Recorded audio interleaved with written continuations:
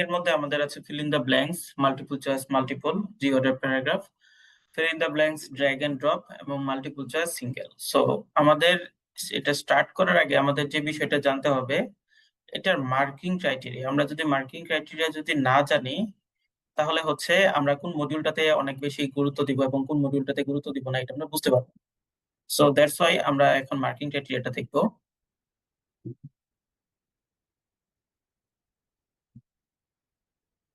এখানে আমরা মার্কিং ক্রাইটেরিয়াটা দেখতে পাচ্ছি। এখানে দেখেন আমাদের feel in the blanks drop down, এটা 5টা থেকে 6টা আসবে এবং সেখানে মার্ক থাকবে হচ্ছে 25.2। আসলে অ্যাকচুয়ালি মার্কগুলো পার্সেন্টেজ আকারে দেওয়া থাকে, পার্সেন্টেজ আকারে দেওয়া থাকার কারণে আমরা পার্সেন্টেজ করে যে রকম মার্ক আসে সেই রকম মার্কই আমরা এখানে বসিয়েছি। এটা 0.5 আপস এন্ড ডাউনস হতে পারে। Fill in the blanks drag and drop. Drag and ড্রপটা হচ্ছে আপনার একটা প্যাসেজ থাকবে, সেই প্যাসেজ গুলোর আনসার নিচে দেওয়া থাকবে, সেই আনসারটা আপনাকে হচ্ছে চুজ করে মানে অ্যাপ্রোপ্রিয়েট পজিশনে ড্রপ করতে হবে, ড্র্যাগ করে ড্রপ করতে হবে, মানে মাউস দিয়ে ক্লিক করে ধরে সেটা অ্যাপ্রোপ্রিয়েট পজিশনে আপনি ড্রপ করবেন। তারপরে চলেন রিঅর্ডার প্যারাগ্রাফ। রিঅর্ডার প্যারাগ্রাফ হচ্ছে আমরা রিঅ্যারেঞ্জ পড়েছি যে, সেই রিঅ্যারেঞ্জটাই হচ্ছে আমাদের রিঅর্ডার প্যারাগ্রাফ। তো এখানে আমাদের 2টা থেকে 3টা থাকবে, 2টা থেকে 3টা মিলে টোটাল মার্ক হবে 7। তার মানে অলমোস্ট প্রত্যেকটায় 2 মার্ক বা 3 মার্ক করে থাকবে যদি আপনি সবগুলো কারেক্ট করেন। মাল্টিপল চয়েস সিঙ্গেল 2টা থেকে 3টা থাকবে, এখানে মার্ক হচ্ছে 1.6, less important module. Multiple choice single multiple, এটা হচ্ছে একের অধিক আনসার থাকবে এবং এখানে নেগেটিভ মার্কিং আছে। ধরেন 2টা আনসার এখানে আছে, একটা সঠিক দেখালেন আর একটা ভুল, তাহলে আপনি পাবেন 0। 2টার মধ্যে 2টা সঠিক হলে আপনি এখানে 2 পাবেন, 2টার মধ্যে 2টা ভুল হলে আপনি এখানে 0 পাবেন, কিন্তু অন্য কোশ্চেন থেকে আপনার মার্কটা মাইনাস হবে না। এই ছিল আমাদের মাল্টিপল চয়েস মাল্টিপল। এবং রাইটিং সেকশন আমাদের হচ্ছে এই যে টোটাল রিডিং সেকশনের মার্ক, এই মার্কের মধ্যে আমাদের রাইটিং সেকশনের সামারাইজ রিটেন থেকে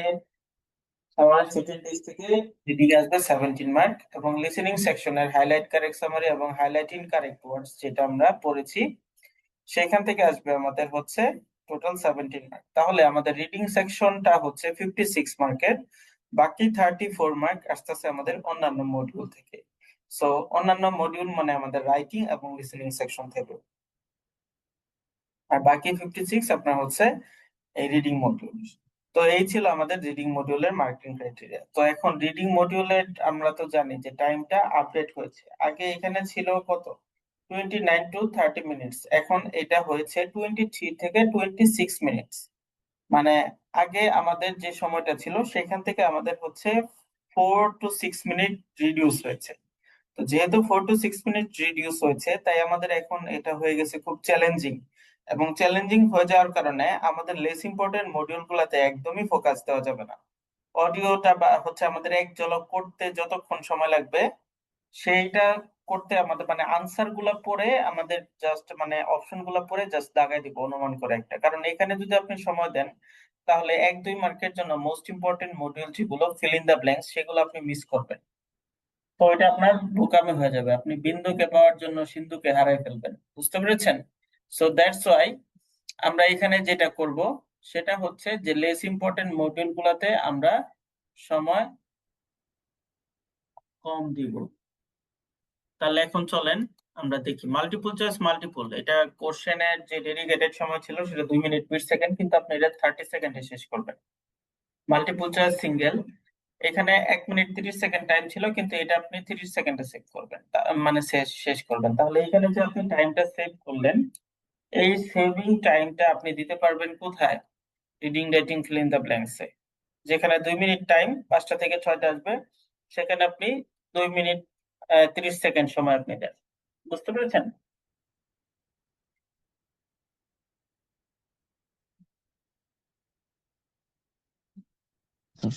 জি ভাইয়া, বুঝতে পারছি। তারপরে আপনার হচ্ছে ফিল ইন দ্য ব্ল্যাঙ্কস, এটাতে আপনি 1.5 মিনিট পেতেন, এটাতে এখন আপনি পাবেন 2 মিনিট। রিঅর্ডার প্যারাগ্রাফ 1.5 মিনিট ছিল, সেখানে আপনি এখন পাবেন 2 মিনিট। তার মানে হচ্ছে কি, আপনি একই সাথে হচ্ছে এখানে যে লেস ইম্পর্টেন্ট মডিউলগুলোতে যে সময়টা আপনি লস করেছেন, এটা মোস্ট ইম্পর্টেন্ট মডিউলে আপনি সেই সময়টা দিতে পারবেন। বুঝতে পেরেছেন?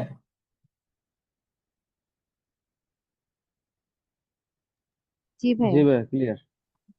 ওকে, তাহলে এখন চলেন আমরা হচ্ছে আগে বেসিক শিখবো, বেসিক শিখে তারপরে হচ্ছে আমরা প্র্যাকটিস করব। তো ফার্স্টে আমাদের যে বেসিকটা জানা লাগবে সেটা হচ্ছে টেন্স। আপনার যদি টেন্স রিলেটেড কোনো ধারণা না থাকে, আপনি যদি টাইম মার্কার্স না বুঝেন, তাহলে আপনি এখানে ভালো করতে পারবেন না। আর এখন আপনাদের ওই সময়ও নাই যে আপনাদেরকে আমি স্ট্রাকচার মুখস্থ করাবো, যে আমাদের প্রেজেন্ট ইনডিফিনিট টেন্সের স্ট্রাকচার হচ্ছে সাবজেক্ট বা প্লাস হচ্ছে ভার্বের প্রেজেন্ট ফর্ম প্লাস হচ্ছে এক্সটেনশন বা অবজেক্ট। এই সুযোগ এখন আর নেই। আপনাদেরকে শর্টকাটে মানে হচ্ছে আইডেন্টিফাই করতে হবে সবকিছু। তো চলেন আমরা শুরু করি। দেখেন, এখানে আমাদের হচ্ছে PT reading tense notes for fill in the blanks. আমাদের এখানে first of all time markers বুঝতে হবে। মানে কিছু কিছু ওয়ার্ড আছে, সেই ওয়ার্ড গুলো প্যাসেজে থাকলে আপনি বুঝে মানে আপনাকে বুঝতে হবে যে এটা কোন টেন্সে আছে। যেমন পাস্ট টাইম মার্কার্স এর মধ্যে আপনার থাকবে ইয়েস্টারডে, লাস্ট ইয়ার, ইন 1998, এগো, প্রিভিয়াসলি। এই ওয়ার্ড গুলো যখন থাকবে তখন আপনি বুঝবেন যে ওকে, এটা তাহলে পাস্ট টেন্স। প্রেজেন্ট টেন্স আপনি কিভাবে বুঝবেন? Now, currently, these days, at present. এই ওয়ার্ড গুলো আপনার থাকবে, তখন আপনি বুঝবেন যে না, এই সেন্টেন্সটা প্রেজেন্ট টেন্সে আছে। তখন আপনি এই সেন্টেন্সের ভিতরে যে ঘটনাগুলি বা যেই বিষয়গুলা নিয়ে কাজ করবেন, গ্রামাটিক্যাল যে রুলগুলো ব্যবহার করবেন, সবগুলো হচ্ছে প্রেজেন্ট টেন্সে হবে। বুঝতে পেরেছেন? জি ভাইয়া। তারপরে হচ্ছে ফিউচার। তো ফিউচারের ক্ষেত্রে আপনার হচ্ছে tomorrow, next week, soon, by 2025, মানে ফিউচার নিয়ে কথাবার্তা থাকবে। বুঝতে পারছেন? ইন ফিউচারের কথাবার্তা থাকবে, সেইগুলো হচ্ছে আমাদের ফিউচার টেন্স হবে। পারফেক্ট টাইম মার্কার্স যখন আপনার হচ্ছে since, for, already, yet, just, before, ever, never, by the time, এই জিনিসগুলো যখন থাকবে তখন আপনাকে বুঝতে হবে যে এটা পারফেক্ট টেন্সে আছে। তো এখন আমরা হচ্ছে বিষয়গুলো দেখবো যে আপনাদের সিগন্যাল ওয়ার্ডস, আমরা হচ্ছে এ, কোন টাইপের কনটেক্সটে এগুলো মূলত ব্যবহার হয়। Simple present. সিম্পল প্রেজেন্ট মানে প্রেজেন্ট ইনডিফিনিট। এটা মূলত ব্যবহার হয় ফ্যাক্টস, হ্যাবিটস, জেনারেল ট্রুথস, মানে ইউনিভার্সাল ট্রুথ বোঝাতে। তারপরে হচ্ছে কারো শখ বা হচ্ছে কোনো একটা ঘটনা, ফ্যাক্টস বোঝাতে এটা ব্যবহার হয়। এখানে সিগন্যাল ওয়ার্ডস থাকবে হচ্ছে অলওয়েজ, অফেন, ইউজুয়ালি, তারপরে হচ্ছে এভরিডে। এক্সাম্পল হচ্ছে the earth orbits the sun, মানে কি আমাদের হচ্ছে সূর্যকে কেন্দ্র করে পৃথিবী ঘূর্ণায়মান। এ মানে ইউনিভার্সাল ট্রুথ গুলো হচ্ছে আমাদের সিম্পল প্রেজেন্টের অন্তর্ভুক্ত। Present continuous, action happening now or around now, মানে কি হচ্ছে একটা কাজ এখনো চলমান। বুঝতে পেরেছেন? অ্যাকশন হ্যাপেনিং নাও মানে কাজটা চলতেছে এখনো। মানে আমরা যেটা মানে বাংলায় পড়তাম হচ্ছে কোন বাক্যের শেষে যদি করিতেছে, করছে এরকম থাকে, তাহলে সেটা হচ্ছে প্রেজেন্ট কন্টিনিউয়াস টেন্স। কি মনে পড়তেছে ছোটবেলার কথা? জি ভাইয়া। জি ভাই। তো আমরা এইভাবে শিখেছিলাম। তো এখন তো আসলে ওই সুযোগটা নেই। সো আপনাদের এখানে actions happening now or around now মানে হচ্ছে কি এখনো কোনো কাজটা চলমান আছে, এটা যখন বোঝাবে তখন সেটা হবে কি প্রেজেন্ট কন্টিনিউয়াস টেন্স। এখানে সিগন্যাল ওয়ার্ডস হচ্ছে নাও, এট দ্য মোমেন্ট, কারেন্টলি, এই জিনিসগুলো হচ্ছে আমাদের সিগন্যাল ওয়ার্ড। তারপরে এক্সাম্পল হিসেবে আমরা বলতে পারি যেহেতু কাজটা চলমান, she was working on a project, সে একটা প্রজেক্টের উপরে কাজ করছে। Simple past. সিম্পল পাস্টটা হচ্ছে আপনার এমন একটা কনটেক্সটে ব্যবহার হবে যে কাজটা করা হয়ে গেছে, যেমন completed actions in the past. এখানে সিগন্যাল ওয়ার্ড হচ্ছে ইয়েস্টারডে, লাস্ট ইয়ার, তারপরে হচ্ছে এগো, ইন 2000, মানে বর্তমান সময়ের থেকে আগে কোনো সাল ব্যবহার করে থাকবে, তখনই আপনি বুঝে যাবেন যে এটা পাস্ট। তো এখানে যেহেতু সাবজেক্ট প্লাস হচ্ছে কি ভার্বের পাস্ট ফর্ম, তাহলে ভিজিট হচ্ছে প্রেজেন্ট ফর্ম, পাস্ট ফর্মটা কি ভিজিটেড, তাহলে they visited Paris last summer. বুঝতে পেরেছেন? এভাবে আমাদেরকে বলতে হবে। পাস্ট কন্টিনিউয়াসটা কি? Action in progress at a past time. মানে কি? সে এরকম বলতেছিল, আমি যখন ঘুমাচ্ছিলাম সে তখন ল্যাপটপ টিপছিল। তাহলে এইটা হচ্ছে আমাদের মানে কাজটা করতেছিল তখন পাস্ট টাইমে, হ্যাঁ? তো তখন সেটা পাস্ট কন্টিনিউয়াস হচ্ছে। এখানে সিগন্যাল ওয়ার্ডস হচ্ছে হোয়াইল, মানে ওই যে আমি যখন ঘুমাচ্ছিলাম সে তখন এটা করছিল। হোয়েন, অ্যাজ, এই টাইপের ওয়ার্ড থাকবে আমার সিগন্যাল ওয়ার্ড। তারপরে আমি যখন আসবো সেটা হচ্ছে যে example, he was reading when I called. মানে কি? আমি যখন পড়ছিলাম, মানে হি ওয়াজ রিডিং, সে পড়ছিল আমি যখন তাকে ডাকছিলাম।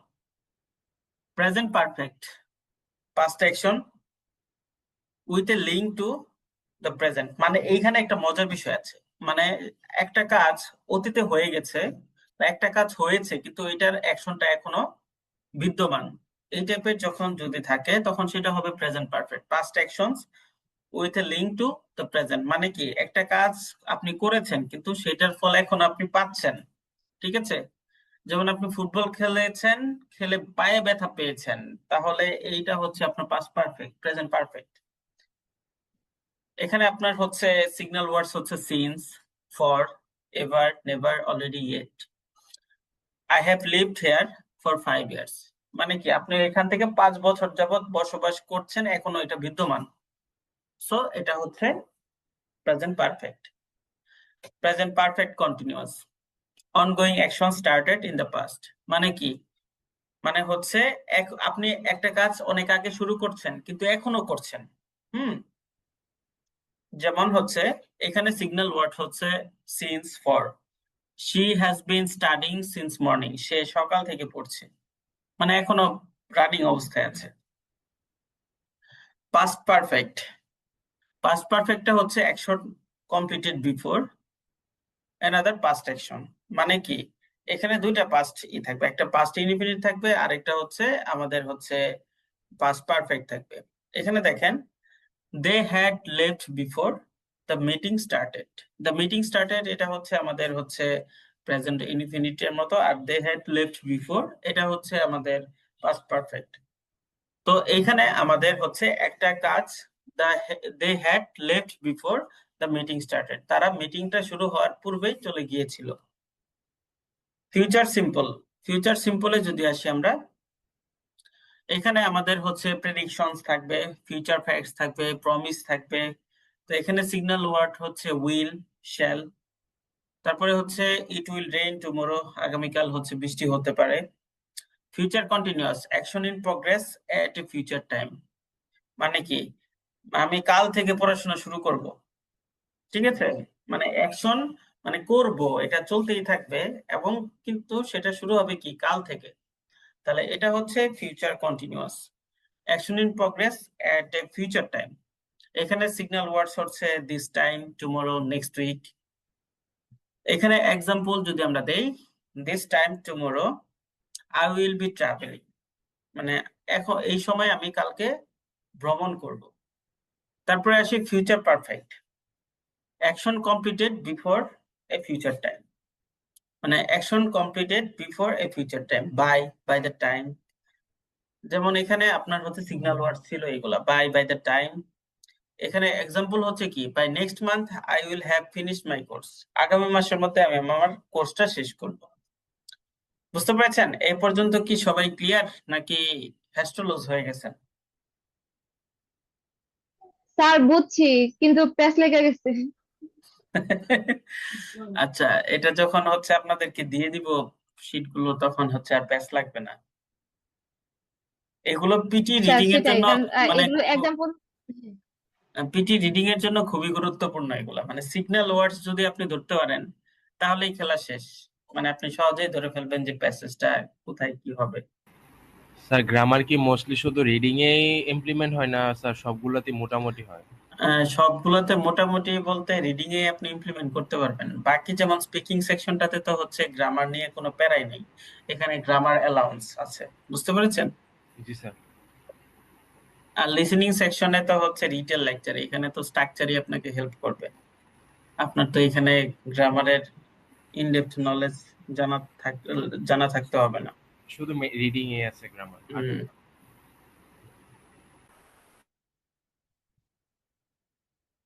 এখন দেখেন quick decision for students, find the time marker past present or future. মানে একটা রিডিং সলিউশন করতে গেলে আপনাকে কিভাবে স্টেপ বাই স্টেপ আগাতে হবে। Check if the action is completed or ongoing, কারণ যদি আপনার অ্যাকশনটা কমপ্লিট হয়ে যায় তাহলে সেটা হচ্ছে সিম্পল প্রেজেন্ট বা সিম্পল পাস্ট এরকম হবে। আর যদি সেটা অনগোয়িং থাকে তাহলে আপনাকে কন্টিনিউয়াসলি যেতে হবে, মানে কাজটা এখনো চলমান। তারপরে আসি আমরা হচ্ছে look for the connection between two times, use perfect tense if one action is before another or effect the present, মানে এফেক্টস দ্য প্রেজেন্ট। মানে কি আপনি হচ্ছে look for the connection between two times, আপনি যদি হচ্ছে দুইটা টাইমের দিকে খেয়াল রাখবেন। Use perfect tense if one action is before, মানে কি একটা ঘটনা আগে হয়ে গেছে কিন্তু এখনো বিষয়টা হচ্ছে চলমান, ফল পাচ্ছেন। যেটা আমি বললাম যে একটা কাজ আপনি আগে করেছেন, ফুটবল খেলেছেন, পায়ে ব্যথা এখনো পাচ্ছেন, সো এটার ক্ষেত্রে হচ্ছে আপনার পাস্ট প্রেজেন্ট পারফেক্ট। আর যখন হচ্ছে আপনার সেটা হচ্ছে আহ, আর যখন হচ্ছে আপনার ইউজ পারফেক্ট টেন্স, যখন আপনার অ্যাকশনটা বিফোর হয়ে গেছে কিন্তু এখনো ফলাফল পাচ্ছেন, এফেক্টস দ্য প্রেজেন্ট, তখন আপনি এটা এখানে পারফেক্ট টেন্স ব্যবহার করবেন। তারপরে match subject and verb form, he she it এগুলা যদি থাকে, মানে আমরা তো পড়ছি সাবজেক্ট যদি থার্ড পারসন সিঙ্গুলার নাম্বার হয় তাহলে ভার্বের শেষে এস বা ইএস এগুলো অ্যাড হবে, এই টাইপের আর কি। তো এই চারটা পয়েন্ট কি ক্লিয়ার?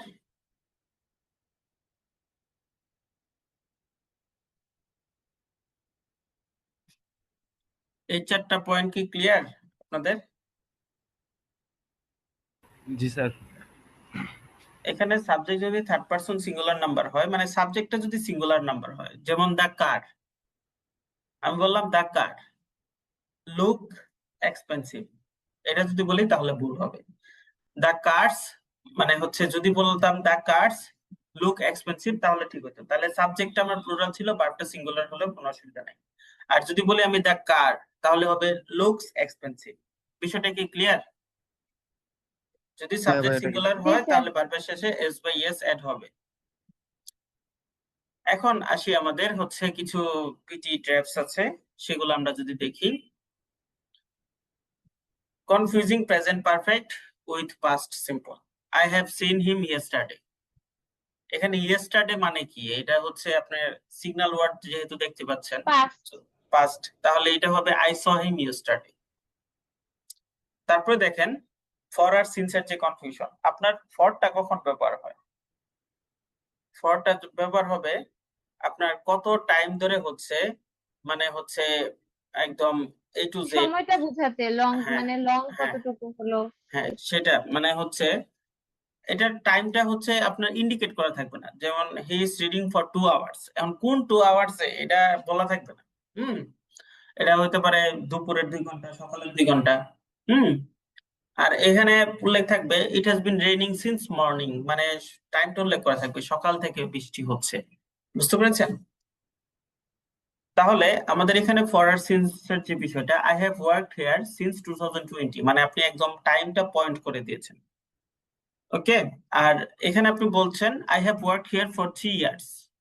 ঠিক আছে, ফর 3 ইয়ার্স, এখন কোন 3 ইয়ার্স বা ফর 4 আওয়ার্স, কোন 4 আওয়ার্স এটা আপনার ইন্ডিকেট করা নেই। বুঝতে পেরেছেন?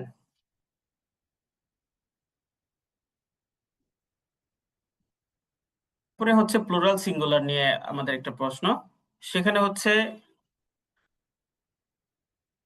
The show, sorry the data show an increase. Data মানে কি? প্লুরাল ইন একাডেমিক ইংলিশ, মানে হচ্ছে কি আমরা এখানে অ্যাকচুয়ালি কিন্তু আমরা যদি অ্যাকচুয়াল গ্রামার রিলেটেডে যেতাম তাহলে এখানে হতো the data shows an increase. কারণ কি আমার সাবজেক্টটা হচ্ছে কি সিঙ্গুলার, তাহলে ভার্বটা প্লুরাল হবে, কিন্তু ডাটাটা হচ্ছে প্লুরাল বোঝায়। মানে কিছু কিছু জিনিসের নাম শুনলে আপনি বুঝতে পারবেন যে জিনিসটা plural.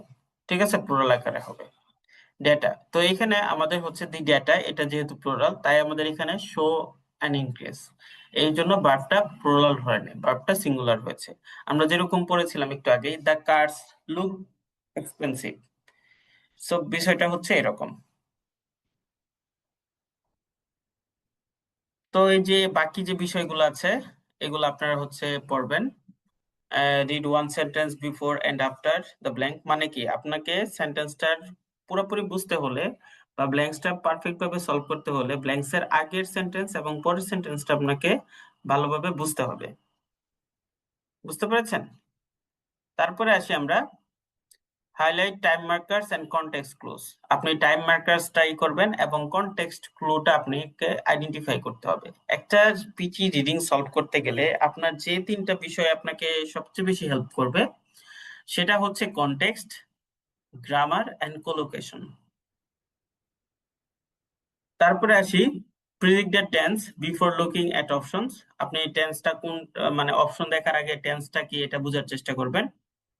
Eliminate choices with the wrong time preference or verb form, মানে কি আপনি দেখলেন যে টেন্স মানে হচ্ছে জিনিসটা হচ্ছে প্রেজেন্ট কন্টিনিউয়াস কিন্তু অপশন গুলো দেওয়া আছে একটা ফিউচার টেন্সে দেওয়া আছে বা হচ্ছে একটা মানে হচ্ছে পাস্টে দেওয়া আছে, হচ্ছে প্রেজেন্ট পার্টিসিপলে দেওয়া আছে, এরকম আপনি বুঝলেন।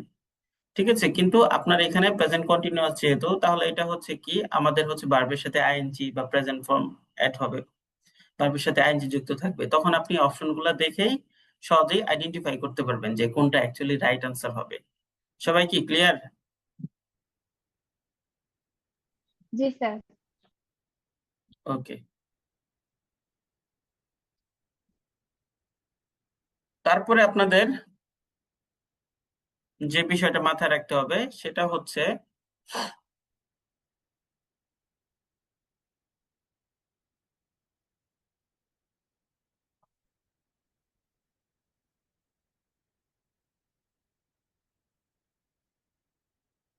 এখানে দেখেন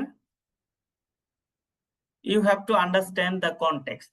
কনটেক্সট জিনিসটা কি এটা একজন আমাকে বুঝান যে কনটেক্সট জিনিসটা কি হতে পারে, কনটেক্সটটা অ্যাকচুয়ালি কি। যে বিষয় নিয়ে বলছে, মানে প্যাসেজটা যেটার উপরে। এখানে কনটেক্সটটা হচ্ছে আমি আপনাদেরকে বুঝাই, সেটা হচ্ছে যে আপনার গ্রামাটিক্যালি চারটা অপশনের মধ্যে যদি চারটাই বসান গ্রামাটিক্যালি কারেক্ট হবে কিন্তু সেন্স মেক করবে না। সেন্স মেক হ্যাঁ, করবে শুধুমাত্র একটা অপশনই, সেটা ওটাই বুঝতে পারাটাই কন্টেক্সট। হচ্ছে কনটেক্সট। তাহলে এখানে ইয়েস। দেখেন the sun was so bright that she had to wear dash to protect her eyes. এখন আপনি মানে সানটা অনেক বেশি মানে রৌদ্রোজ্জ্বল একটা দিনে আপনি আপনার চোখকে প্রটেক্ট করতে চাচ্ছেন, আপনি কি হ্যাট পরলে হবে? না, সানগ্লাসই পড়তে হবে। গ্লোভস পরলে কি হবে? স্কার্ফ পরলে কি হবে? আপনাকে মাস্ট বি পরতে হবে কি সানগ্লাসেস। কিন্তু আপনি এখানে হ্যাট বসাইলেও সেন্টেন্সটা গ্রামাটিক্যালি কারেক্ট, স্কার্ফ বসাইলেও কারেক্ট এবং গ্লোভস বসাইলেও কারেক্ট। সেন্স মেক করছে না কিন্তু, মানে গ্রামাটিক্যালি কারেক্ট কিন্তু সেন্স মেক করছে না। সেন্স মেক করছে কোনটা? শুধুমাত্র সানগ্লাসেস। তাহলে যেটা সেন্স মেক করবে সেটাই হচ্ছে কনটেক্সট। সবাই কি ক্লিয়ার? জি। জি তারপরে দেখেন he was feeling cold so he put on a dash. এখন সে ঠান্ডা অনুভব করছে, তার এখন কি করতে হবে বল? জ্যাকেট পরতে হবে। এখন তার কি শর্টস পরলে হবে? শুজ পরলে কি হবে? না, হ্যাট না, পরলে না। কি হবে? হবে না। তাহলে তাকে জ্যাকেট পরতে হবে। তারপর 3 number she could not shivering so, এটা মৌসুমী আপু বলেন কি করবেন, আপনি তো ডাক্তার মানুষ। She could not stop shivering, so gave her a warm blanket. হ্যাঁ, ব্ল্যাঙ্কেট। শিভারিং মানে হচ্ছে কাঁপুনি দিয়ে জ্বর। তো যেহেতু কাঁপতাছে জ্বরে তার মানে কি তার প্রচুর মানে মানে গরম একটা পরিবেশ দরকার, তাহলে আপনি তাকে হচ্ছে ব্ল্যাঙ্কেট দিবেন। কিন্তু এখানে কিন্তু বুক, প্লেট, পিলো এগুলা দিলে কিন্তু অর্থ প্রকাশ করে কিন্তু সেন্স মেক করে না। এই জিনিসটাই হচ্ছে কনটেক্সট। বুঝতে পেরেছেন? সবাই কনটেক্সট নিয়ে কি আর কারো কোনো কোশ্চেন আছে? না ভাই, আচ্ছা, কন্টাক্ট এটাই। তাহলে কনটেক্সট আপনি কখন ভালো বুঝবেন? কনটেক্সট আপনি ভালো বুঝবেন যখন আপনার হচ্ছে ভোকাবুলারি এক্সপ্লেনেশন বা মানে ভোকাবুলারি এক্সপ্লোরেশন আপনার ভালো থাকবে। আপনি যখন ভোকাবুলারিতে স্ট্রং থাকবেন তখন আপনার কাছে কনটেক্সট ইকুয়াল টু ওয়াটার। আর যখন আপনার ভোকাবুলারি রেঞ্জ খারাপ থাকবে তখন একদম সবকিছু হ্যাজ টু লুজ হয়ে যাবে।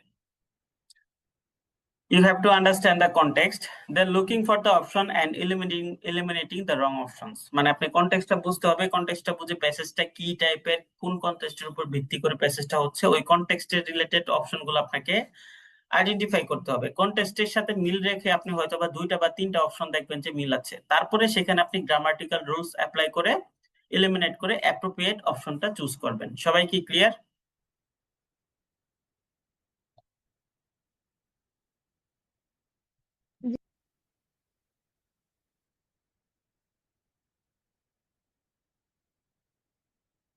সবাই ক্লিয়ার কিনা বলেন।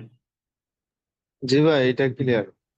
ওকে, এখন রিডিং এর ক্ষেত্রে আমাদের যে বিষয়গুলো জানতে হবে, grammar concepts and shortcuts, contextual concepts, collocation concepts. গ্রামারের ভিতরে আপনার হচ্ছে আমরা তো টেন্সটা দেখলাম, এখন আপনাকে হচ্ছে প্রিপজিশন, কনজাংশন এগুলো দেখলেই হবে। তারপরে আসি আমরা হচ্ছে কনটেক্সটের ক্ষেত্রে ভোকাবুলারি আপনাকে হেল্প করবে, কোলোকেশন লিস্ট আমি দিয়ে দিব এবং কোলোকেশন রিলেটেড প্যাসেজ গুলো আপনি কিভাবে সলভ করবেন সেটাও আমি দেখা দিব।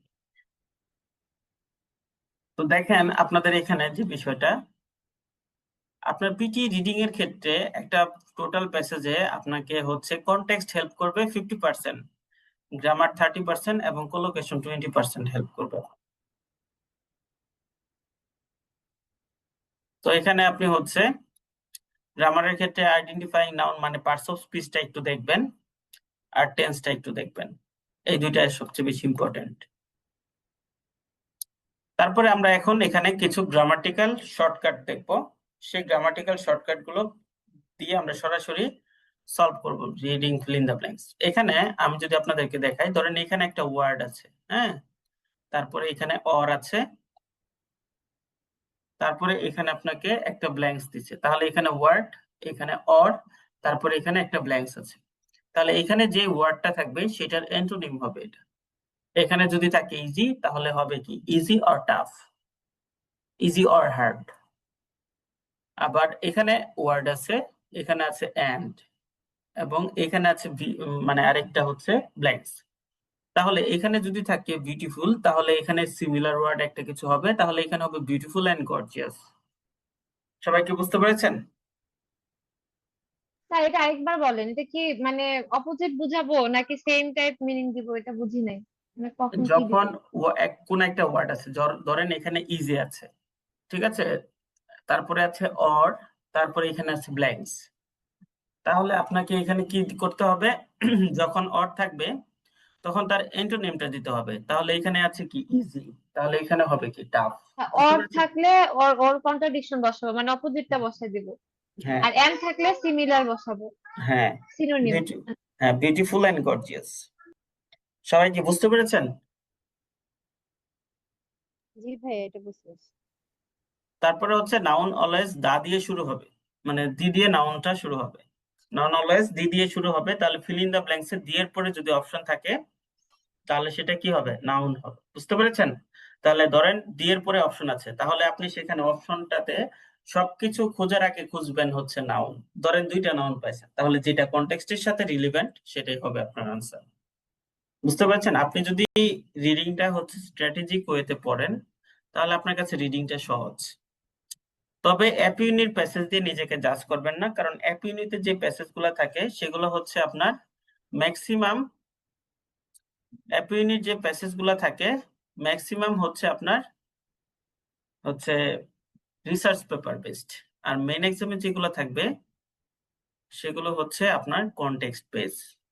সিম্পল সিম্পল কিছু গ্রামাটিক্যাল রুলস থাকবে, কিন্তু অনেকেই জিনিসটা না বুঝে অনেক কঠিন ভাবে নিয়ে তারা হচ্ছে এই প্যাসেজ দেখে ভয় পেয়ে যায় যে রে আল্লাহ এত বড় প্যাসেজ দিছে কিভাবে কি। বিষয়টা অ্যাকচুয়ালি এরকম না।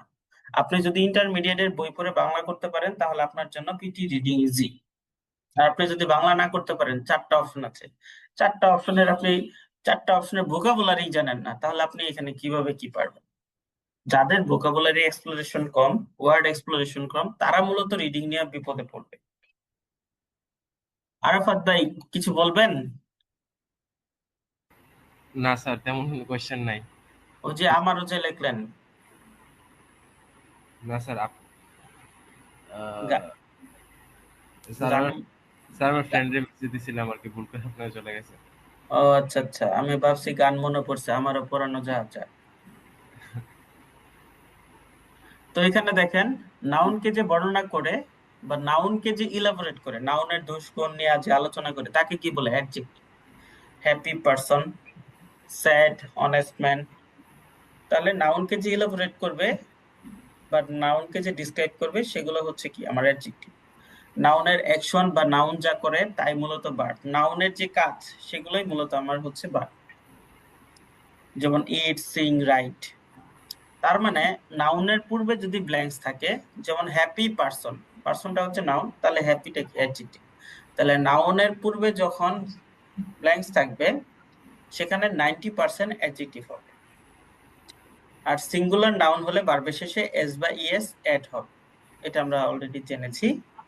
আর নাউনের পরে যদি ব্ল্যাঙ্কস থাকে, না, একটা জিনিস মাথায় রাখেন, নাউনের পূর্বে ব্ল্যাঙ্কস মানে অ্যাডজেক্টিভ হবে এবং নাউনের পরে ব্ল্যাঙ্কস মানে সেখানে ভার্ব হবে। তারপরে আরেকটা গুরুত্বপূর্ণ পয়েন্ট, সেটা হচ্ছে আনকাউন্টেবল নাউনস আর ট্রিটেড অ্যাজ সিঙ্গুলার নাউন। যেমন টি ইজ গুড, টি তো গণনা করা যায় না।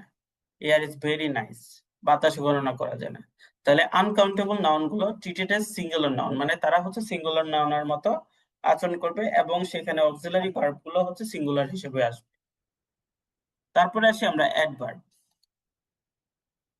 Further indication to verb or adjective. মানে হচ্ছে কি, যে ভার্ব এবং অ্যাডজেক্টিভ কে মডিফাই করবে সেটাই হচ্ছে কি আমার অ্যাডভার্ব। মানে ভার্ব এবং অ্যাডজেক্টিভ কে ডিপলি ইলাবোরেট করবে। যেমন আমি বললাম হি ইজ হ্যাপি, কিন্তু সেখানে আবার বললো হি ইজ ভেরি হ্যাপি। তার মানে কি, খুশিটাকে কি আরো ডিপলি বোঝাচ্ছে, সে আজকে অনেক খুশি, সে খুশি। আর ভেরি হ্যাপি মানে সে আজকে অনেক খুশি, মানে খুশিটাকে আরো ইলাবোরেট করলাম। তাহলে এখানে ভেরিটা হচ্ছে অ্যাডভার্ব। হি ইজ গুড, সে ভালো, কিন্তু হি ইজ এক্সট্রিমলি গুড, সে ব্যাপক পরিমাণে ভালো। তাহলে এখানে কি, ভালোটাকে আরো বেশি ইলাবোরেট করলাম। তাহলে এখানে হচ্ছে এক্সট্রিমলিটা হচ্ছে আমাদের adverb. Most of the adverb end with ly। তো এখানে ভেরিটাও কিন্তু অ্যাডভার্ব। সো এই টাইপের ওয়ার্ড গুলো কিন্তু ইম্পর্টেন্ট, যে আপনি ভেরি দেখে হয়তো বুঝতেই পারবেন না, চিন্তাও করবেন না যে এটা adverb. Anything which make sense with the word to or you can. To এবং ইউ ক্যান এরপরে অলওয়েজ ভার্ব হবে। আমরা যে স্ট্রাকচার গুলো পড়েছি, আমরা কি কখনো পড়েছি টু কনক্লুশন? আমরা কি কখনো পড়েছি টু কনক্লুশন? আমরা কি পড়েছি না, বলেন তো? আমরা পড়ি টু কি টু কনক্লুড। কনক্লুড। হ্যাঁ, টু কনক্লুড, কারণ কি এটা হচ্ছে ভার্ব। তার মানে কি, টু এবং ইউ ক্যান এরপরে যদি থাকে, ইউ ক্যান এরপরে বা মানে আই ক্যান বা ইউ ক্যান এরপরে যদি থাকে ব্ল্যাঙ্কস, তাহলে আপনি সেখানে আগে ভার্ব খুঁজবেন। যখন দেখবেন যে ভার্ব পেয়ে গেছেন, বসা দিবেন। Anything which make sense with the word he is, then adjective will come. আপনি যদি দেখেন fill in the blanks a he is আছে, এরপরে ব্ল্যাঙ্কস, তাহলে সেখানে অ্যাডজেক্টিভ ধরে এনে বসা দিবেন। After a singular noun in the present tense verb is will come, এটা আমরা দেখেছি। The car looks expensive, the cars look expensive. যখন দ্য কার্স বলেছি তখন আমাদের সাবজেক্টে প্লুরাল, তাই ভার্বটা সিঙ্গুলার হয়েছে। এখন আসি কনজাংশন। কনজাংশনের আরেকটা বিষয় আছে, সেটা হচ্ছে after to, can, could, will, would, shall, should. এগুলো ভার্বের এইগুলো যদি থাকে তাহলে সেখানে ভার্বের প্রেজেন্ট ফর্ম হবে। তো আমরা যে হচ্ছে কনটেক্সট দেখলাম, গ্রামার দেখলাম, এখানে আরো বেশ কিছু বিষয় আছে। তাহলে এখন সেই রিলেটেড প্যাসেজ গুলো আমাদেরকে সলভ করতে হবে। তো আমরা ফার্স্টে কনটেক্সট বেসড প্যাসেজ যদি দেখি,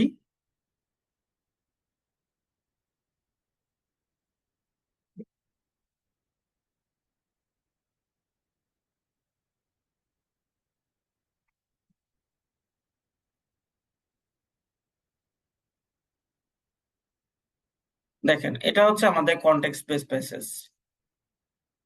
এখানে দেখবেন যে আমাদের এই প্যাসেজটা সলভ করতে কোনো গ্রামাটিক্যাল রুলস এর প্রয়োজনই পড়ছে না।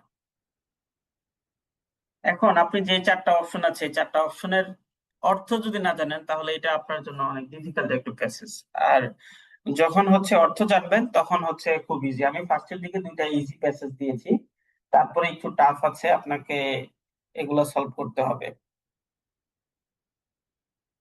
প্রত্যেকটা পার্ট বাই পার্ট আমি যখন হচ্ছে আপনাকে দেখাবো কনটেক্সট, তখন আপনি কনটেক্সট রিলেটেড প্যাসেজ গুলো দেখবেন।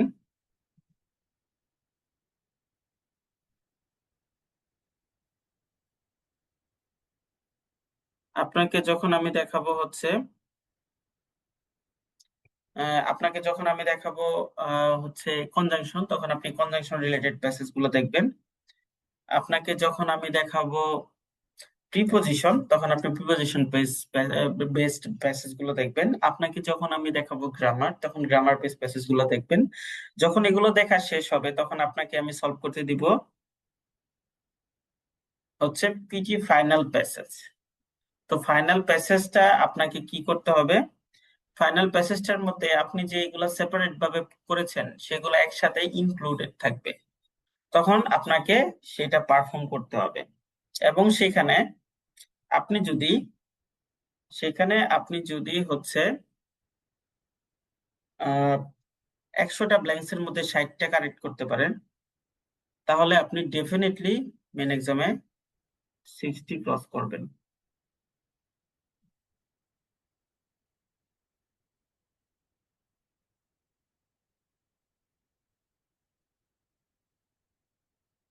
তাহলে চলেন আমরা শুরু করি।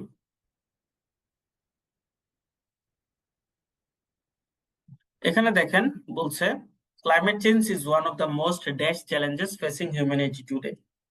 তাহলে এটা কি হবে বলেন? সিরিয়াস। হ্যাঁ, বি না, কেন জানি 2 নাম্বারটা মনে হচ্ছে, কারণ most expand challenge facing humanity today, rising global temperature are causing ice caps to melt leading to sea level. এটা আবার এইখানে যায়। দিস চেঞ্জ থ্রিটেন্স এখানে দেখেন কোস্টাল। এক নাম্বার ব্ল্যাঙ্কস এর জন্য আপনার হবে সিরিয়াস চ্যালেঞ্জেস, সিরিয়াস। হ্যাঁ, 2 নাম্বারের জন্য মেল্ট যায়। Rising global temperatures are causing ice cap to dash leading to an increase sea level. তাহলে বরফগুলো গলে যাচ্ছে, ঠিক আছে, বরফগুলো গলে যাচ্ছে। মেল্ট হবে না স্যার, এটা হ্যাঁ, পসিবল? তাই আমাদের হচ্ছে কি মেল্ট।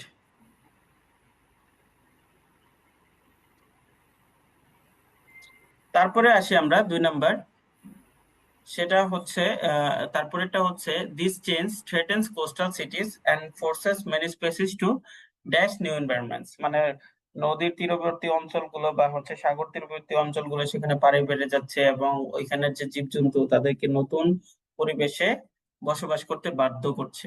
হুম। অ্যাডাপ্ট টু হবে। হ্যাঁ, তাহলে অ্যাডাপ্ট টু হবে এখানে।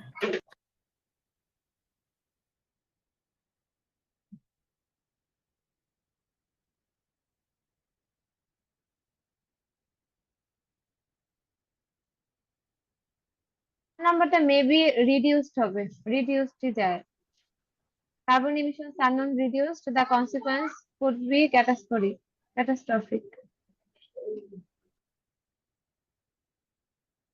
হ্যাঁ,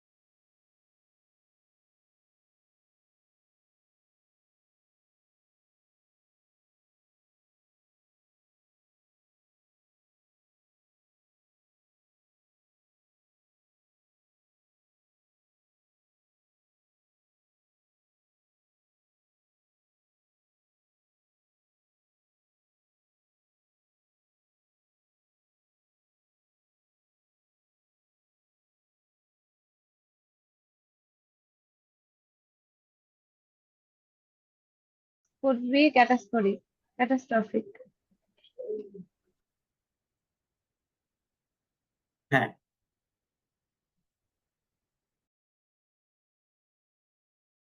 মহামারী আকার ধারণ করবে, মানে বিধ্বংসী আকার ধারণ করবে। যদি আমাদের কার্বন ইমিশন কি করে না যায়, কমানো না যায়, তাহলে কি হবে? রিডিউসড।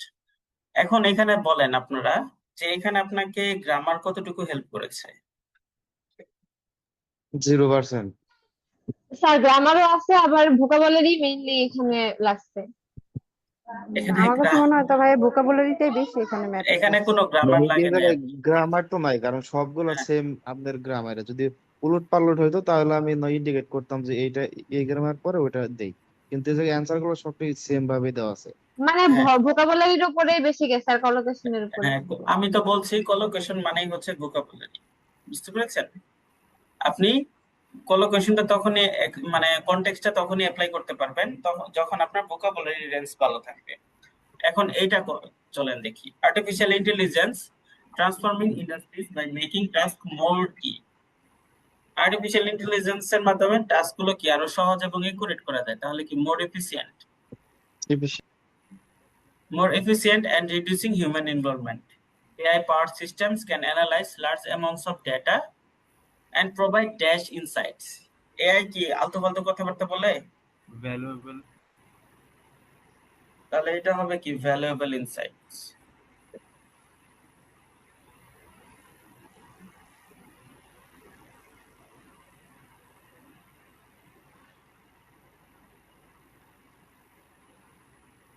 তারপর এলিমিনেট হবে নাকি স্যার? এলিমিনেটই হবো, কমায় দিচ্ছে সবগুলা।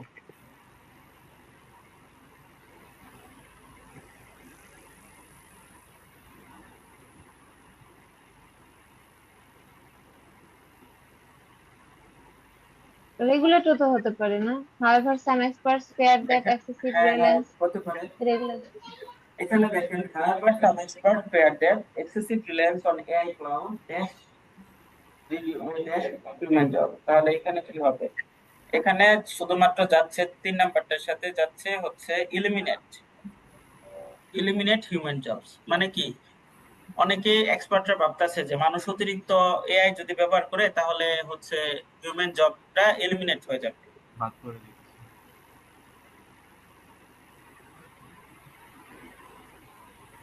তারপরে আসি আমরা, to prevent this it is essential to dash AI responsibly. তো এইটা যদি আমরা রোধ করতে যাই, তাই আমাদের কি করতে হবে? এআই রেসপন্সিবিলিটিটাকে আমাদের কি করতে হবে?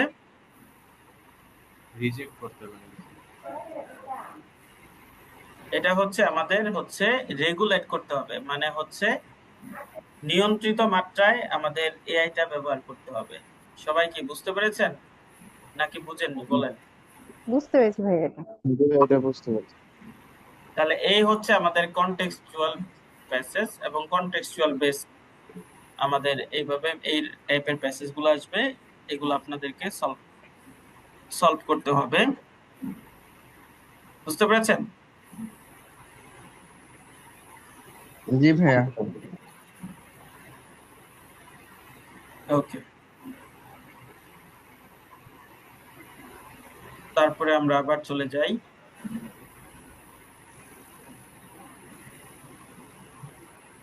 এখানে আমাদের দেখেন কনজাংশন, কিছু কমপ্লেক্স কনজাংশন যদি আমরা এখানে দেখি, দো, এটা আমরা কখন ব্যবহার করব?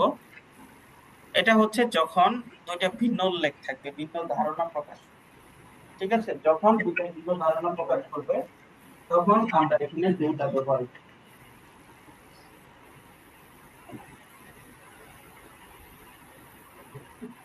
যখন দুইটা ভিন্ন ধারণা উল্লেখ করবে তখন, তো ধারণা মানে কি? যেটা অ্যাকচুয়ালি হওয়া উচিত কিন্তু হয় নাই, উচিত যেটা হয় নাই, তাহলে এই টাইপের।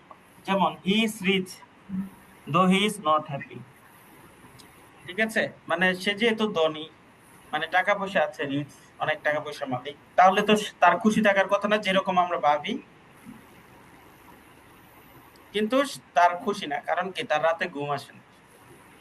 বুঝতে পেরেছেন? হি ইজ রিচ দো হি ইজ নট হ্যাপি, সে ধনী হওয়া সত্ত্বেও বা সে বড়লোক হওয়া সত্ত্বেও খুশি না। তাহলে এইগুলো হচ্ছে আমাদের এই ক্ষেত্রে দো ব্যবহার হবে। অল দোটাও সেম।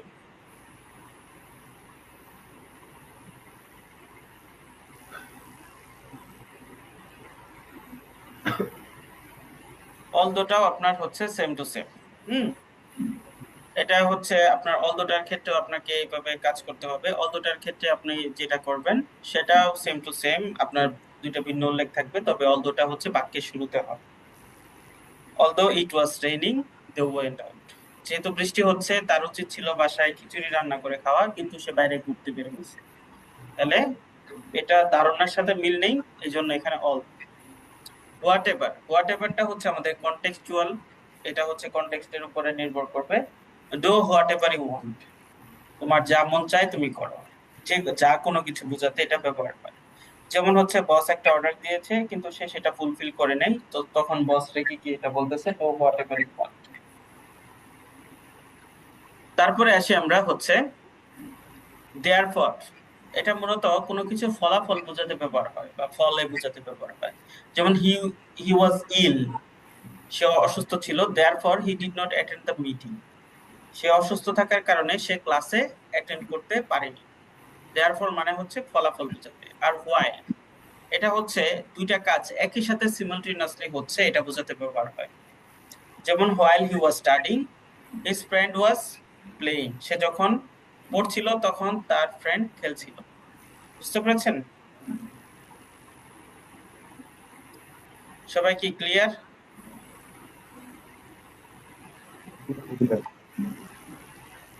সবাই কি বুঝতে পেরেছেন? রেসপন্স করেন। জি স্যার। ওকে।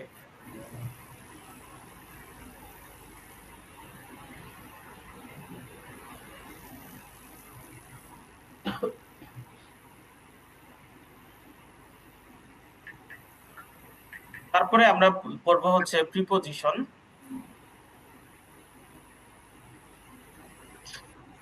এখানে দেখেন প্রিপোজিশনের কয়েকটা ব্যবহার এখানে আমরা দেখি, ঠিক আছে?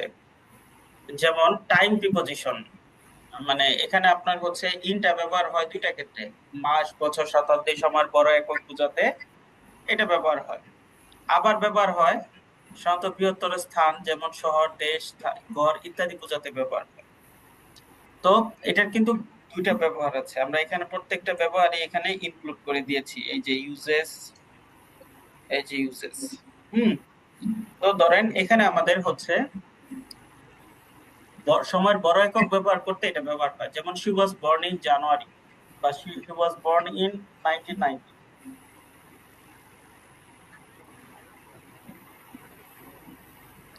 আচ্ছা, আপনাদের আরেকটা জিনিস দেখাই। আপনারা যখন হচ্ছে সাল বলবেন তখন কিন্তু এখানে ধরেন এখানে আছে এটা, এটা বলেন আপনারা ইংলিশে কিভাবে বলবেন? 2009 2009 বলা যাবে না, এটা বলতে ইন হবে 2009 না না 2009 বলা যাবে না, এটা আপনাদেরকে বলতে হবে 2009। বুঝতে পেরেছেন? এটা হচ্ছে সঠিক ফর্ম 2009। ভাইয়া স্পিকিং এ ডেসক্রাইব ইমেজে কি এভাবে বলবো নাকি? এভাবে ডেস্কটপ ইমেজে বলা দরকার নেই। ডেস্কটপ ইমেজে আপনি 2009 এ বলেন, কিন্তু আপনি রিড অ্যালাউড এ 2009 বলবেন, কারণ রিড অ্যালাউড এর ক্ষেত্রে আপনার হচ্ছে গ্রামাটিক্যালটা এটা হচ্ছে ওরা যেটা চায় সেটা একুরেট দেখবে, কিন্তু ডেস্কটপ ইমেজে গ্রামাটিক্যাল এরর হচ্ছে অ্যালাউন্স আছে। বুঝতে পেরেছেন? রিড অ্যালাউড এর ক্ষেত্রে যখন সাল পাবেন তখন আপনি এভাবে করবেন ইন 2009, এভাবে আপনি শুরু করবেন। তারপরে হচ্ছে she was born in January, ওকে। অনটা কখন? অনটা বোঝাচ্ছে নির্দিষ্ট দিন বা তারিখ বোঝাতে। দ্য মিটিং অন মানডে মানে কি মিটিংটা সোমবারেই হবে, তাহলে the party is on Monday, পার্টিটা সোমবারেই হবে। তাহলে আপনি বলতে পারেন she was born in January on Monday। তারপরে এখানে এট বোঝাচ্ছে নির্দিষ্ট সময় বা নির্দিষ্ট স্থান বোঝাতে ব্যবহার হয়, তাহলে নির্দিষ্ট সময়, তাহলে she was born in January on Monday at 5 PM। এভাবে আপনারা ব্যবহার করবেন। আর এখানে দেখেন প্রত্যেকটা ব্যবহারেরই একটা করে উদ্দেশ্য মানে হচ্ছে ইউজেস এবং এক্সাম্পল দেওয়া আছে। সো এই পিডিএফটা পড়লে আপনারা এটা বুঝতে পারবেন। বুঝতে পেরেছেন? এখানে আপনার হচ্ছে পিডিএফটার ভিতরে এমন করে দেওয়ার চেষ্টা করেছি যেন এইটা পড়লে আপনার হচ্ছে আর কোনো কিছু বাইরে দেখার প্রয়োজন না পড়ে, ওইভাবে এটা ক্রিয়েট করেছি। সো এটা আপনারা পড়ে নেবেন। তো এটা যখন আপনি পড়া শেষ করবেন তখন আপনার আসবে হচ্ছে প্রিপোজিশন বেস প্যাসেজ। তো তখন আপনি প্রিপোজিশন বেস প্যাসেজ আপনি এই যে প্রিপোজিশন বেস প্যাসেজ আপনি তখন এটা আপনি প্র্যাকটিস করবেন।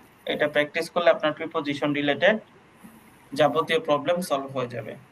তারপরে হচ্ছে আপনার প্রিপোজিশন বেস প্যাসেজ যখন পড়বেন তখন ধরেন এটার আনসারটাও হচ্ছে আমাদের আছে এক্সপ্লেনেশন সহ।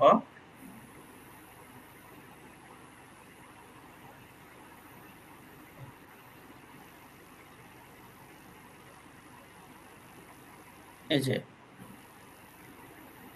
আমাদের হচ্ছে এক্সপ্লেনেশন সহ, যেমন হচ্ছে অ্যাট স্পেসিফিক টাইম বোঝাতে বোঝাতে এই জন্য আমরা অ্যাট ব্যবহার করছি। তারপরে হচ্ছে অন অন টাইম বোঝাতে পাংচুয়াল বোঝাতে ব্যবহার করছি। তারপরে হচ্ছে ইন কোনো কিছুর ভিতরে, ইনক্লোজ স্পেস বোঝাতে ব্যবহার করছি, ইন দ্য রুম। তো হচ্ছে এবং সেগুলোর বাংলা অর্থ সহ এখানে দেওয়া আছে। তো আপনারা সেটা যদি দেখেন যে বুঝতেছেন না পারতেছেন না, আপনারা আনসারটাও দেখে নেবেন। আমি সবগুলো আনসার শিট এখানে প্রোভাইড করব না, কারণ চাই আপনারা একটু প্র্যাকটিস করেন। তারপরে হচ্ছে এটা দেখার পরে আপনি হচ্ছে কনজাংশনে চলে যাবেন। কনজাংশনের যে কঠিন যে বিষয়গুলো আছে সেগুলো নিয়ে আমি আলোচনা করেছি অলরেডি। আপনারা হচ্ছে এখানে এটা দেখবেন, ঠিক আছে? এটা দেখবেন, দেখার পরে হচ্ছে হোয়াইল কখন, বিফোর কখন, এস কখন, ইভেন দো কখন, আইদার অর নাইদার নর কখন। আইদার অর নাইদার নর মানে হচ্ছে ধরেন আপনি একটা বিপদে পড়ছেন, আপনার দুইটা বন্ধু আছে, এখন আপনি জানেন যে হয় আপনাকে সে না হয় সে সাহায্য করবে। দুইটা বন্ধু আছে আপনার, রাকিব এবং শাফিন, ঠিক আছে? আপনি জানতেছেন যে হয় আপনাকে রাকিব সাহায্য করবে, আইদার রাকিব অর শাফিন, এই দুজনের মধ্যে আপনাকে হয় সে না হয় সে, মানে দুজনের মধ্যে যখন আপনার অপশন বুঝাবে তখন আইদার অর। আর নাইদার নর হচ্ছে দুজনের মধ্যে কেউ না, আপনাকে রাকিবও সাহায্য করবে না, শাফিনও সাহায্য করবে না, নাইদার রাকিব নর শাফিন। বুঝতে পেরেছেন বিষয়টা? এই সকল ক্ষেত্রে আপনি এটা ব্যবহার করবেন। দেখেছেন, মানে সেন্টেন্সের অর্থ বোঝা আপনার সকল ক্ষেত্রেই গুরুত্বপূর্ণ। আপনি যদি সেন্টেন্সের অর্থ না বুঝেন তাহলে আপনি সব জায়গাতেই বিপদগ্রস্ত হবেন। তারপরে চলেন আমরা দেখব হচ্ছে কনজাংশন বেস প্যাসেজ। সো এখানে যদি আমরা দেখি, দো আছে, এখানে while আছে, however আছে, therefore আছে। Dash the new policy was designed to improve efficiency. It resulted in significant confusion among employees. মানে আমি একটা নিউ পলিসি ইনভেন্ট করেছি যেটা মানুষের উপকার করবে, সেটা আরো কি ক্ষতি করতেছে, কনফিউশন ক্রিয়েট করছে। তাহলে এটা কি ভিন্ন ধারণা হলো না? তাহলে এখন বলেন কোনটা হবে?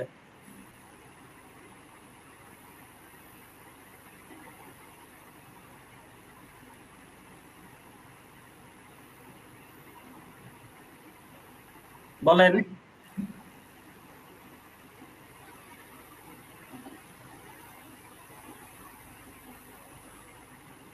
কি ব্যাপার, কথা বলছেন না কেন? এখানে ভিন্ন ধারণা প্রকাশ করছে, সো এখানে কোনটা হবে?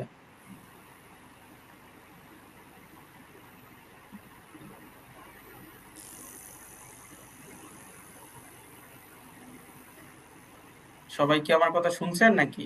যেহেতু স্যার ভিন্ন ধারণা, আরেকবার বলবেন। এখানে কি the new policy was designed to improve efficiency, it resulted in significant confusion among employees। মানে কি আমি একটা নতুন হচ্ছে পলিসিটা ডিজাইন করেছি যেটা এফিসিয়েন্সি ইমপ্রুভ করবে, উল্টা সেখানে আরো কনফিউশন ক্রিয়েট করেছে। তাহলে এটা কি মানে ভিন্ন ধারণা প্রকাশ করলো। তাহলে এখানে কোনটা হবে? এখানে হবে দো। তারপরে some departments adapted quickly, others struggle to implement the changes। মানে সাম ডিপার্টমেন্ট অ্যাডাপ্টেড কুইকলি, তারা এটার সাথে অ্যাডাপ্টেড হয়ে গেছে, কিন্তু অনেকে এটার সাথে অ্যাডাপ্ট করতে চ্যালেঞ্জেস ফেস করতেছে। তাহলে ঘটনাটা হয়ে গেছে, তাহলে এখানে হবে কি বাট। তাহলে some departments adapted quickly but other struggle to implement the changes. The management expected a smooth transition, মানে ম্যানেজমেন্ট আশা করেছিল একটা স্মুথ ট্রানজিশন হবে। সেভারাল চ্যালেঞ্জেস ডিলেড প্রোগ্রেস, মানে কিন্তু সেভারাল চ্যালেঞ্জ ডিলেড প্রোগ্রেস মানে অনেক চ্যালেঞ্জ এটাকে আরো দেরি করছে। তার মানে এখানেও ভিন্ন ধারণা প্রকাশ করছে। সো এখানে আমাদের দো হওয়ার কথা ছিল, কিন্তু দোটা যেহেতু নাই তাই এখানে অল দো হবে। হবে। The management expected a smooth transition, although several challenges delayed progress. এখন dash the HR team dash the IT department took responsibility to address the issues. তাহলে এখানে দেখেন either আছে neither আছে, তাহলে neither যদি থাকে তাহলে এর পরের অপশনে থাকতে হবে কি নর। এখানে কি নর আছে? না। তাহলে তার স্যার মানে আইদার হবে, আইদার। হ্যাঁ, তাহলে either the HR team, ঠিক আছে, either the HR team or the IT department took responsibility for addressing this issue. হয় আইটি ডিপার্টমেন্ট এটা সলভ করবে আর না হয় এটা HR টিম সলভ করবে। বুঝতে পেরেছেন সবাই? এই ছিল আপনাদের কনটেক্সট বেসড প্যাসেজ। তো এগুলোরও আনসার দেওয়া আছে উইথ এক্সপ্লেনেশন, বাংলা অর্থ সহ। আপনারা এগুলো প্র্যাকটিস করবেন। প্র্যাকটিস করলে আপনারা হচ্ছে কনজাংশন রিলেটেড প্রবলেমগুলো আপনাদের সলভ হয়ে যাবে। তো যখন আপনার এটা সলভ হয়ে যাবে, আপনি তখন দেখবেন হচ্ছে আপনার ফোকাস চলে যাবে তখন হচ্ছে কোলোকেশনের উপরে। আপনি সবগুলো দেখলেন, এখন কোলোকেশন নিয়ে আপনি কাজ করবেন। এখন কোলোকেশনের ক্ষেত্রে আপনার যে বিষয়টা সেটা হচ্ছে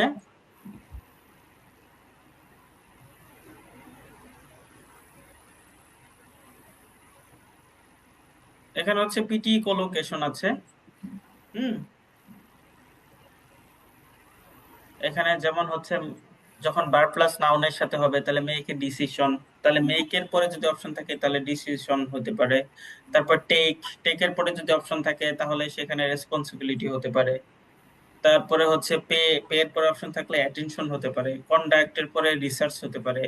রেজ এর পরে অ্যাওয়ারনেস হতে পারে। তো এই যে এইগুলোর উপর ভিত্তি করে আমরা হচ্ছে কোলোকেশন তৈরি করেছি, এবং এই কোলোকেশনের উপর ভিত্তি করে আপনার হচ্ছে কোলোকেশন বেস প্যাসেজও আছে। আমাদের হচ্ছে এই যে কোলোকেশন বেস প্যাসেজ, এই কোলোকেশন বেস প্যাসেজ গুলো আপনারা সলভ করবেন। অপশন দেওয়া থাকবে প্রত্যেকটার ক্ষেত্রেই, এবং নিচে আপনাদের আনসার দেওয়া আছে, এগুলো আপনারা সলভ করবেন। তারপরে আপনাদেরকে নিয়ে যাব হচ্ছে গ্রামাটিক্যাল বেস প্যাসেজ। আমরা যেহেতু হচ্ছে টেন্স পড়েছি, তারপরে হচ্ছে আমরা মডেল অক্সিলারি ভার্ব জেনেছি, তো এখন এখানে আমরা এইগুলো ব্যবহার করব। যে এখানে দেখেন আপনার কোলোকেশন প্লাস হচ্ছে গ্রামাটিক্যাল রুলস আছে, কখন মাস্ট, উইল, ক্যান, হ্যাজ ব্যবহার হবে, কখন should, must, May, shall, will, has, was, shall এগুলো ব্যবহার হবে। এগুলো হচ্ছে গ্রামাটিক্যাল রুলসও আপনার এখানে আছে। আপনি টেন্স ব্যবহার করে সেগুলো এখানে ব্যবহার করবেন। এইখানেও আপনার প্যাসেজগুলো সলভ করলে আপনার গ্রামাটিক্যাল প্রবলেমগুলো সলভ হয়ে যাবে। তো এইটা করার পরে আপনাকে যেটা করতে হবে সেটা হচ্ছে আপনি প্রত্যেকটা পার্ট বাই পার্ট আপনি এখন দেখেছেন। দেখার পরে এখানে দেখেন আপনাদের যাদের হচ্ছে এগুলোর লিস্ট আমি আপনাদেরকে অনেক আগে দিয়েছি, যে এখানে হচ্ছে মডেল অক্সিলারি ভার্ব আছে। মডেল অক্সিলারি ভার্ব অর্থ বুঝে কখন আপনি কোনটা ইউজ করবেন এবং তাদের স্ট্রাকচার দেওয়া আছে, এবং টেন্সেরও একটা স্ট্রাকচার এখানে দেওয়া আছে, এগুলো আপনারা দেখবেন। এবং যাদের হচ্ছে প্রনাউন্সিয়েশন সমস্যা তখন তারা হচ্ছে এই প্রনাউন্সিয়েশন গুলো দেখতে পারে এবং ভোকাবুলারি দেখতে পারে। ফার্স্টে বিগিনার লেভেল দিয়ে স্টার্ট হয়েছে, তারপরে হচ্ছে আপনার প্রো লেভেলে চলে গেছে, এগুলো আপনারা দেখবেন। তারপরে হচ্ছে আপনারা যেটা করবেন সেটা হচ্ছে আমাদের ফাইনাল যে প্যাসেজটা সেটা আপনি সলভ করবেন, ঠিক আছে? এখানে আপনার ফাইনাল প্যাসেজ যেটা আছে সেটা আপনি সলভ করবেন। এটা হচ্ছে আমাদের পিটি ফাইনাল প্যাসেজ। তো এখানে আপনার হচ্ছে এখানে যে বিষয়টা সেটা হচ্ছে আপনার এখানে প্রত্যেকটা জিনিস হোয়াইল, অলদো, বিকজ, হাউএভার, মে, মাইট, তারপর হচ্ছে context, do, does, did, will, সবকিছু মানে আপনি যা যা আগে সেপারেট ভাবে শিখেছেন এখানে একদম সব মিক্স থাকবে। এখান থেকে আপনাকে আনসার আইডেন্টিফাই করতে হবে। এখানে টোটাল 20 প্যাসেজ আছে এবং প্রত্যেকটাতে 5টা করে ব্ল্যাঙ্কস। এই 5টা ব্ল্যাঙ্কস মানে হচ্ছে 5 20 100। এই 100টা ব্ল্যাঙ্কস এর মধ্যে আপনি যদি হচ্ছে 60টা কভার করতে পারেন তাহলে আপনি পিটি রিডিং নিয়ে একদমই টেনশন ফ্রি থাকবেন, কারণ আপনি অ্যাপিউনিতে যে প্র্যাকটিস করছেন এগুলো হচ্ছে কনটেক্সট মানে রিসার্চ পেপার বেসড, আর মেইন এক্সামে আসবে টোটালি কনটেক্সট বেস। বুঝতে পেরেছেন?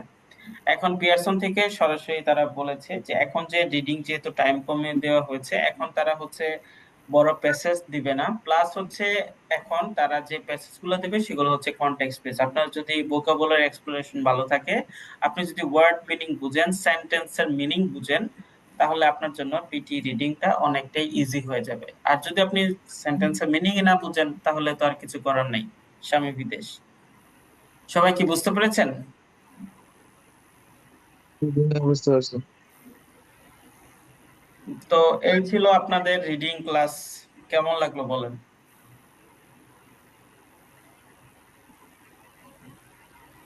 ভাইয়া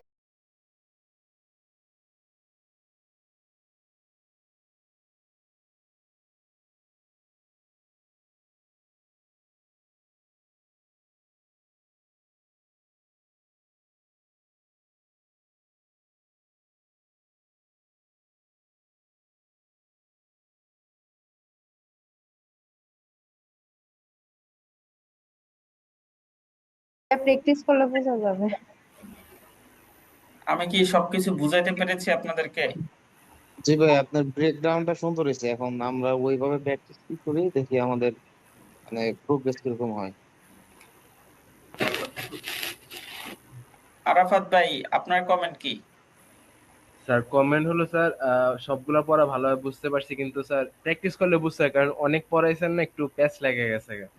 আরেকবার যখন নিজে রিসার্চ করতে পারবো তখন স্যার ক্লিয়ারলি বুঝতে পারবো আর কি। আপনারটা স্যার অনেক ভালোভাবে বুঝছি স্যার, তাও একটু স্যার নিজে ক্লিয়ার হলে ভালো হয় আর কি।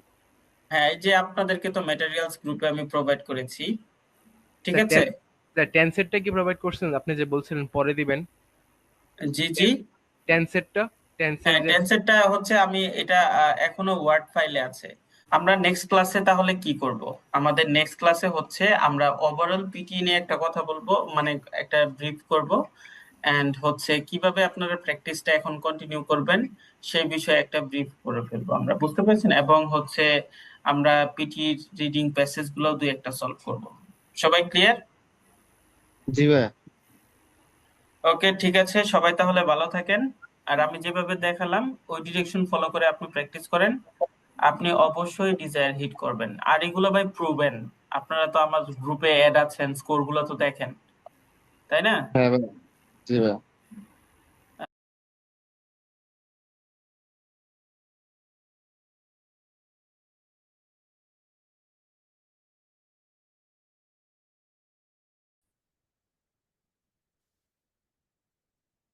তো আজকে আমরা হচ্ছে পিটি